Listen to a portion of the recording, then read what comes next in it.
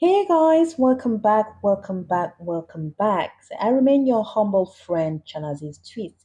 Like I always say, I am here to twist the little things that my mom showed me in her beautiful, beautiful traditional kitchen.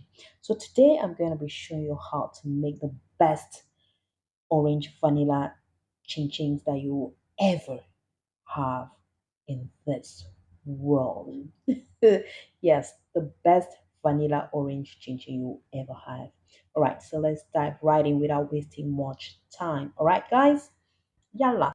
So we are going to be using 2 teaspoons of baking powder, 2 teaspoons of vanilla powder, 2 teaspoons of salt. I'm using the pink Himalaya salt. You can use any salt of your choice. 300 grams of sugar. I'm using the granulated sugar. 2 cups of powdered milk, 300 grams of butter. Make sure your butter is at room temperature, 4 fresh eggs, and 1 cup of fresh milk. Then here we have 2,000 grams of all-purpose flour. You can use 16 cups. And I have my two fresh oranges.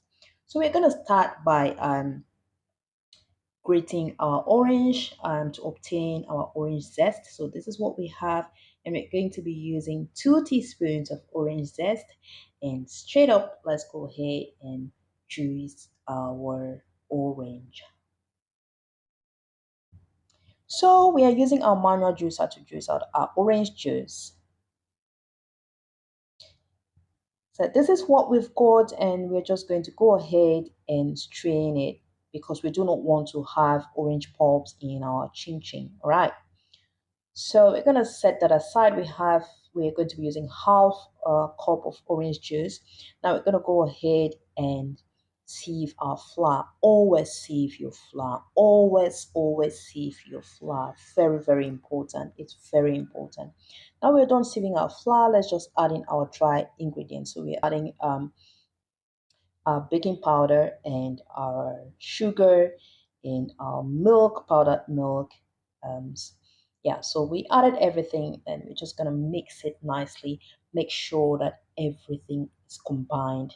Now mix well while incorporating some air in your mixture because air serves as a raising agent. We've almost forgot to add salt, so we just added our salt and mixed it nicely again. And now it's time to add in our wet ingredients. So we're gonna go in with our butter, adding our butter, and then adding our orange zest, right? So I'm just using the flour to clean up the leftover butter in my bowl because I do not want to waste it. The African woman in me would never let me waste it. There's no wastage. Wastage is not allowed. So yeah, I'm doing the same with my orange zest. So we had 2 teaspoons of orange zest, all right? Now we are just going to mix it. Just use your fingers, your fingertips to mix everything well, mix it perfectly until you have a texture that looks like moist sand. Yeah, that's how I can describe it. Like moist sand or freshly fried gari. If you know what freshly fried gari is, yeah, then add in your eggs and continue mixing using your fingertips and incorporating air by raising it up a little bit. Just raise it up a little bit and incorporate some air in your mixture. Keep doing it, yeah, keep doing it and rubbing it in between your palms, making sure that your mixture looks um like moist sand. Yeah, that's how I can, moist sand or freshly fried gari. Yeah, yes. So once you have this mixture, then it's time to add in our liquid. Right. So we have our orange juice that is waiting for us on the side and our fresh milk. So we're just gonna go ahead and add in our liquid. Just add your liquid in stages. Add it gradually. Mix until you have a smooth dough. Just mix gradually. So, adding your liquid gradually helps you manage your dough very well. It facilitates your mixing process, especially when we are doing it manually, just like what I'm doing. So we just added the remaining part of our milk. We're going to mix it again and then add in a little bit of water. So I added 1/4 cup of water after adding in my milk, and then I continued mixing. Mix until you have a smooth dough. So we just added a little bit of water, mix until you have that smooth dough, making sure that your dough is not sticky. You should not have a sticky dough. Trick number one, your dough should not stick on your hands. Now look at what I have here. My dough is perfect. Trust me. Now, once you get to this stage, it's time to let it sit. So we're just gonna let it sit. I'm just gonna use my cling flame, cover it, and let it sit for about 45 to 1 hour. All right. So do not bother if you do not have cling flame at your disposal. Just cover your dough with your lid and let it sit for about 45 to 1 hour. I just love adding this cling flame on it, but it's optional. All right. So it's been 1 hour and it's time to check on our dough, and it looks so perfect. It's easily manageable. It's soft and airy.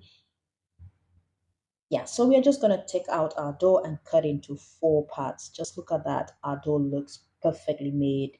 It's obvious. It's airy. It's fluffy. You know. Now just knead your dough and do the final touches. Cut them into small parts and start shaping them as desired. All right. So we're just going to go ahead and flatten our dough nicely and use our knife. You can use a pizza cutter to you know, um, cut your dough. I do not have a slicing machine yet, so I always go manually, and this is what my mom taught me. We've always used this for like forever, and it's just okay. All right, so yes, just use your knife or your cheese cutter, cut them nicely, shape them as desired, and then go ahead and start frying. Once you've cut a good quantity, just put some oil on fire. Once your oil is hot, go ahead and start frying. So I do not have a very big working surface, so I'm just using two chopping boards to slice my chin chins. All right? Yes. So we're just going to do that very quick and then start frying our chin chin. I'm excited. So this is where we are. We have sliced a good quantity and we are about to start frying our chin chin. Our oil is hot. Making sure that your oil is not extremely hot. Just drop 1 or 2 slices of your chin chin in your oil, and then this will help you know the temperature of your oil. That's that's a traditional way of testing the heat or the temperature of your oil. All right. So once your changing starts frying moderately, that means your oil is hot enough. But if you drop a slice of changing in your oil and it just rises and is automatically brown, then know that you're running a risk. Your oil is extremely hot, so do not add in your changings. Just let the oil cool down a little bit. Okay. So right now we are adding in our changing in our oil, and then we're gonna start frying. We're gonna fry on medium to low heat. Do not use excessive heat, otherwise your chin chin is gonna get brown or burnt before you know it. All right. Okay. Now our chin-chins are golden brown and it's time to take them off the heat. You do not want to allow your chin-chins to be very brown in your oil because the cooking process continues. Once you take them out of the oil, they still continue cooking. So if you allow your chin-chins to get extremely brown in the oil, once you take them out, then the end result will be disgusting. So yes, so this is what we have at the end of the day. Beautifully fried chin-chin, tasty and crunchy. I mean it. It's crunchy and very tasty. Give this a try and thank me later. This is the best orange chin chin you'll ever have. So guys, we have come to the end of our chin chin recipe. And thank you so much for your time, your love, and your encouragement. But before we say goodbye, I just want to ask you this little question. When was the last time you did a random act of kindness?